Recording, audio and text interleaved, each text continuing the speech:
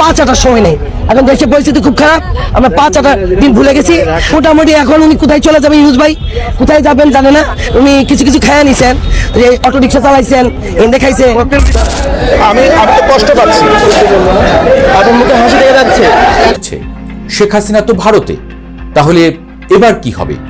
শেখ হাসিনাকে কি আদৌ ফিরিয়ে দেবে ভারত, নাকি চিরদিন থেকে যাবেন ভারতে, অথবা শেখ হাসিনাকে নিয়ে এবার। আসসালামু আলাইকুম প্রিয় দর্শক, নতুন একটি নিউজে আপনাদেরকে স্বাগতম। দর্শক, বাংলাদেশের যে বর্তমান রাজনৈতিক প্রেক্ষাপট এবং যে পরিস্থিতি সৃষ্টি হয়েছে তারই আলোকে আপনাদের সামনে বেশ কয়েকটি গুরুত্বপূর্ণ ভিডিও নিয়ে হাজির হয়েছি, যার কিছু অংশবিশেষ ভিডিওর শুরুতেই দেখেছেন।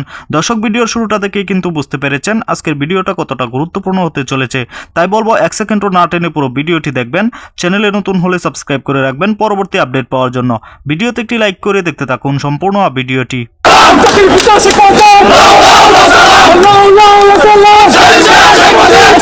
পাঁচ আটার সময় নেই, এখন দেশের পরিস্থিতি খুব খারাপ।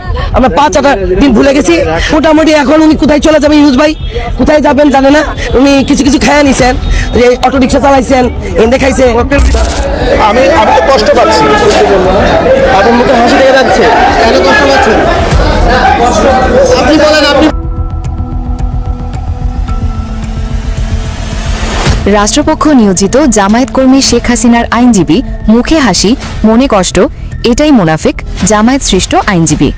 যে সাজানো নাটক আজ স্পষ্ট প্রতীয়মান, যার ফলস্বরূপ আদালত প্রাঙ্গণ থেকে শুরু করে আইনজীবীদের মধ্যে দুটি পক্ষ তৈরি হয়েছে। একটি পক্ষ ইতিমধ্যে জয় বাংলা স্লোগানে উত্তাল করেছে আদালত প্রাঙ্গণ।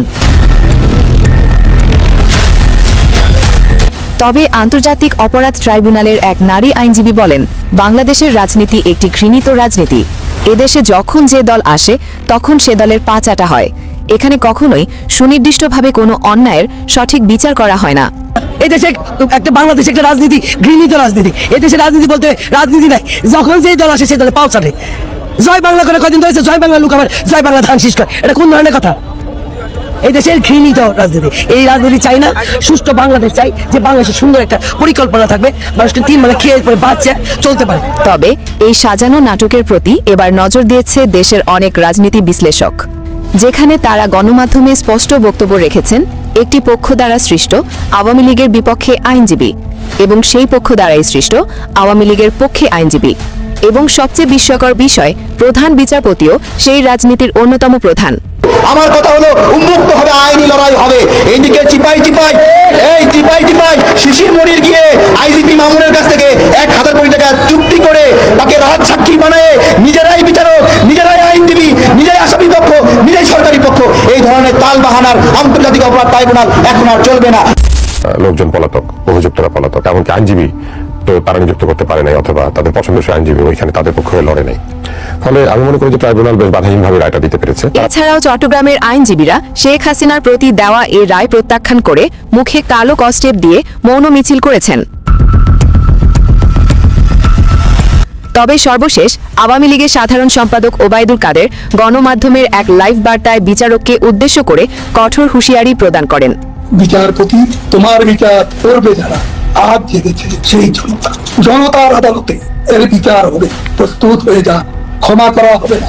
বঙ্গবন্ধু অনেক ক্ষমা করেছেন, শেখ হাসিনাও কম ক্ষমা করে। চলার পথে আমাদের ভুলভ্রান্তি থাকতে পারে, এটা অনস্বীকার্য, কিন্তু আমরা বাংলাদেশের স্বার্থকে শেখ হাসিনা বিকিয়ে দেননি। প্রিয় দর্শক, জুলাই কেন্দ্রিক শেখ হাসিনাকে অপরাধী করে এই সরকারের আন্তর্জাতিক অপরাধ ট্রাইব্যুনাল যে রায় ঘোষণা করেছে তা কতটুকু সঠিক এবং নির্ভরযোগ্য বলে আপনি মনে করেন তা অবশ্যই কমেন্ট করতে ভুলবেন না। পরবর্তী আপডেট পেতে চ্যানেলটি সাবস্ক্রাইব করে পাশে থাকুন। তাই যেন হলো অবশেষে মানবতা বিরোধী অপরাধ প্রমাণিত হওয়ায় শেখ হাসিনা পেলেন মৃত্যুদণ্ড, সাথে সাবেক স্বরাষ্ট্রমন্ত্রী আসাদুজ্জামান খান কামাল তিনিও পেলেন একই সাজা। তবে রাজসাক্ষী সাবেক আইজিপি মামুনকে দেয়া হলো 5 বছরের কারাদণ্ড। সব মিলিয়ে রায় নিয়ে সন্তুষ্ট আওয়ামী লীগ বাদে সবাই। তবে এখন সবচেয়ে বড় প্রশ্ন উঠছে, শেখ হাসিনা তো ভারতে, তাহলে এবার কি হবে? শেখ হাসিনাকে কি আদৌ ফিরিয়ে দেবে ভারত, নাকি চিরদিন থেকে যাবেন ভারতে, অথবা শেখ হাসিনাকে নিয়ে এবার অন্য চাল চালবে ভারত?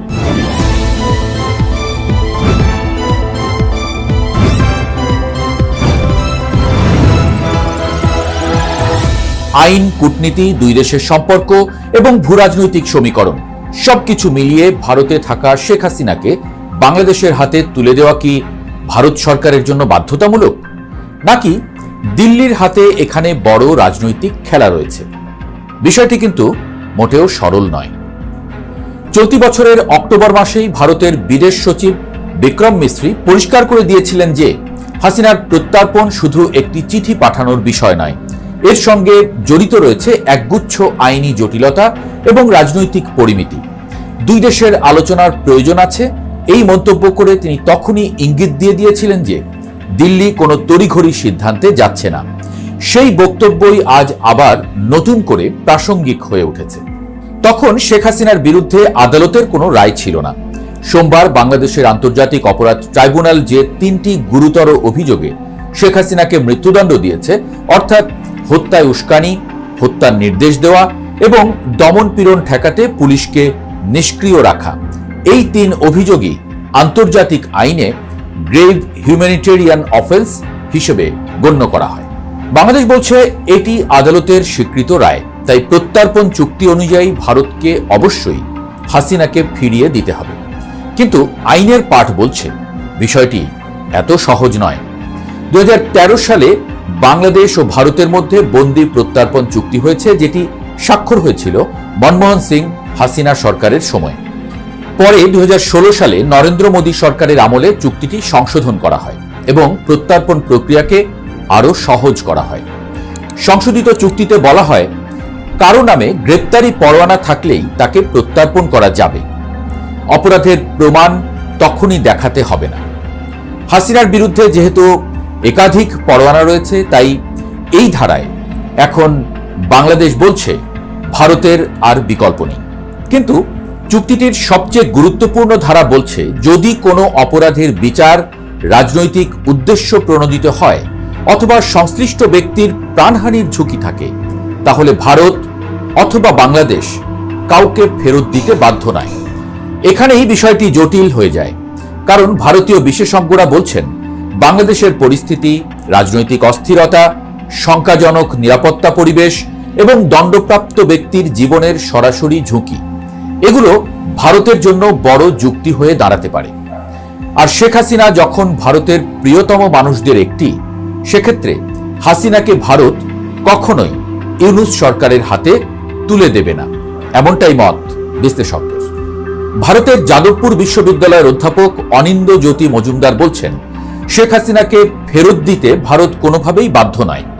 একই মত। প্রিয় দর্শক, সম্পূর্ণ ভিডিওটি দেখলেন, অবশ্যই বুঝতে পেরেছেন ভিডিওটি গুরুত্বপূর্ণ ছিল। দর্শক, এই ভিডিওতে যে তথ্যগুলো আপনারা পেয়েছেন এ বিষয়ে আপনাদের কি মতামত তা অবশ্যই কমেন্টে জানাবেন এবং পরবর্তী আপডেট ভিডিওগুলো সবার আগে পেতে চ্যানেলটিকে এখনই সাবস্ক্রাইব করে রাখুন। এই মুহূর্তে বিদায় নিচ্ছি, দেখা হবে পরবর্তী কোনো ভিডিওতে। সে পর্যন্ত ভালো থাকুন, সুস্থ থাকুন, আসসালামু আলাইকুম।